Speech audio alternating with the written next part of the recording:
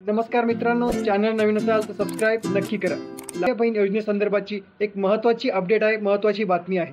लाडक्या बहीण योजनेचा जूनचा हप्ता अजून जमा झालेला नाही। सगळ्या महिला प्रश्न विचारत आहेत की जूनचा हप्ता नेमकी कधी येणार। त्या संदर्भातच एक महत्त्वाची अपडेट आहे। तसेच लाडक्या बहीण योजनेसंदर्भात सरकारने अजून काही महत्त्वाचे निर्णय घेतलेले आहेत। ज्या महिला यासाठी पात्र आहेत, या योजनेसाठी पात्र आहेत, त्यांच्यासाठी अजून काही लाभ देण्याचा, त्यांना अजून काही फायदा देण्याचा निर्णय सरकारने घेतलेला आहे। आता याच्यात सगळ्यात जो पहिला निर्णय आहे तो आहे लाडक्या बहीण योजनेतील पात्र महिलांना 40,000 रुपयापर्यंत कर्ज देण्याचा, 40,000 रुपयापर्यंत कर्ज देण्याचा। आणि हे जे कर्ज असणार आहे ते विनातारण असणार आहे। कुठलाही त्याच्यासाठी तारण ठेवायची गरज नाही, विनातारण 40,000 रुपये कर्ज मिळणार आहे। आणि या कर्जाचे हप्ते असणार आहेत, तो लाडकी बहीण योजनेचे 1,500 रुपये येतात, त्या 1,500 रुपयामधून या कर्जाचे हप्ते कट होणार आहेत। आणि लवकरच हा जो बदल आहे, हा जो निर्णय आहे तो लवकरच लागू होणार आहे।